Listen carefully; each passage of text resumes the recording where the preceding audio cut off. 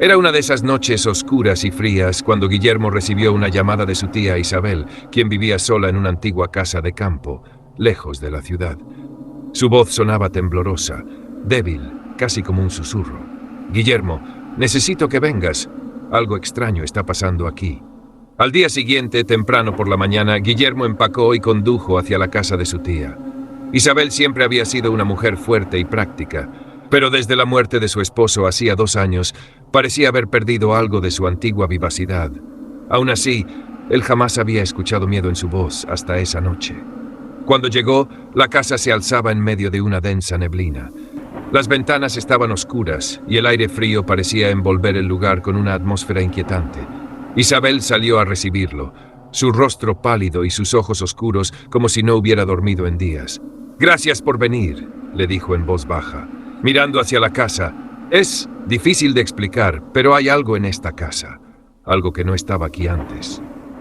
Guillermo intentó tranquilizarla, diciéndose que todo debía tener una explicación racional. Pero al entrar, la sensación de ser observado se hizo casi insoportable. El silencio dentro de la casa era denso, como si cada rincón estuviera lleno de sombras que acechaban desde la oscuridad. Esa noche, luego de cenar, Isabel le contó que durante las últimas semanas había comenzado a escuchar susurros en la casa. Al principio pensó que era solo el viento, pero los sonidos se intensificaron. Una noche escuchó lo que parecían pasos lentos y pesados subiendo las escaleras hacia su habitación. Cuando se atrevió a salir para ver qué era, no encontró a nadie, pero el aire en el pasillo estaba tan frío que le dolían los huesos. Y entonces empezó a ver cosas. Sombras en los espejos, figuras que cruzaban la sala por el rabillo de su ojo. Guillermo intentó asegurarle que todo debía tener una explicación, pero en su interior comenzaba a sentir la misma inquietud. Esa noche se quedó en el cuarto de invitados, una habitación en el segundo piso con una cama antigua y paredes cubiertas de papel tapiz desgastado. Intentó dormir, pero los ruidos en la casa lo mantuvieron despierto. Primero escuchó el crujido de la madera del piso, como si alguien estuviera caminando lentamente por el pasillo. Luego, un suave susurro, un murmullo apenas audible. Con el corazón acelerado, Guillermo se levantó y abrió la puerta del cuarto. El pasillo estaba oscuro y una corriente de aire frío lo envolvió. Caminó despacio hacia la escalera, su linterna iluminando las sombras que parecían moverse en las paredes. Justo cuando estaba a punto de regresar a su habitación, escuchó un suave golpe proveniente del piso de abajo. Bajó con cautela, pasando por la sala, donde las cortinas se mecían ligeramente, aunque no había ninguna ventana abierta. Entonces lo vio, una figura alta, delgada y oscura de pie junto al marco de la puerta que conducía a la cocina. La figura lo observaba con unos ojos profundos y vacíos que parecían absorber toda la luz. Guillermo dio un paso atrás, tratando de mantener la calma, pero la figura se desvaneció como si nunca hubiera estado allí. Al regresar a su habitación, pasó el resto de la noche en vela, escuchando cada sonido, cada susurro que parecía venir de las paredes.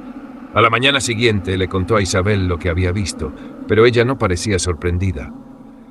«Esa figura ha estado aquí desde hace semanas», le dijo. «Solo la veo en las noches, siempre en las sombras. A veces la escucho en mi cuarto, susurrándome cosas que no entiendo». Guillermo, preocupado por el estado de su tía, decidió que era momento de investigar la historia de la casa. Esa tarde fue al pueblo y habló con algunos de los vecinos. Fue en la tienda de abarrotes donde un anciano le contó la historia que nadie mencionaba. Esa casa perteneció a un hombre llamado Esteban. Vivía allí con su familia, pero un invierno todos murieron de una enfermedad extraña. Esteban quedó solo y se decía que enloqueció. Algunos creen que intentó comunicarse con sus familiares muertos usando métodos oscuros. Nadie sabe cómo murió, pero desde entonces esa casa quedó maldita. Esa noche, Guillermo e Isabel decidieron investigar el sótano de la casa, un lugar que ella rara vez visitaba desde la muerte de su esposo. Bajaron las escaleras con linternas en mano, cada paso resonando en el silencio como un eco lejano. El aire estaba helado y cargado de un olor a humedad y tierra vieja. Al llegar al fondo, encontraron una puerta de madera antigua cubierta de polvo y telarañas. Parecía que nadie la había abierto en décadas. Al abrirla, el aire frío los golpeó y una oscuridad densa llenó el ambiente. El sótano estaba lleno de objetos antiguos. muebles cubiertos con sábanas, cajas de madera y un escritorio con papeles y velas. Entre los papeles, Guillermo encontró una carta escrita con una letra temblorosa. Hablaba de cómo Esteban había intentado contactar a sus familiares fallecidos, cómo había sentido sus presencias, y cómo, con el tiempo, esas presencias se habían convertido en algo oscuro y hambriento. Justo en ese momento escucharon un ruido detrás de ellos. Se giraron y vieron la figura oscura al final de las escaleras, mirándolos. La linterna de Guillermo parpadeó y la figura comenzó a moverse lentamente hacia ellos. Isabel, aterrorizada, intentó correr, pero la puerta del sótano se cerró de golpe. La figura se detuvo a unos metros de ellos y en ese instante pudieron ver claramente un rostro desfigurado y sin vida, con ojos huecos y una expresión de dolor y desesperación. Con un último esfuerzo, Guillermo empujó la puerta del sótano y ambos subieron las escaleras corriendo, cerrando la puerta detrás de ellos. Esa noche, empaquetaron sus cosas y abandonaron la casa sin mirar atrás. Pocos días después, Isabel dejó el pueblo y se mudó con Guillermo a la ciudad. Jamás volvieron a hablar de lo que había ocurrido en la casa. Pero cada noche Guillermo sueña con la figura, con esos ojos vacíos que lo miran desde la oscuridad, como si aún esperara que alguien lo liberara.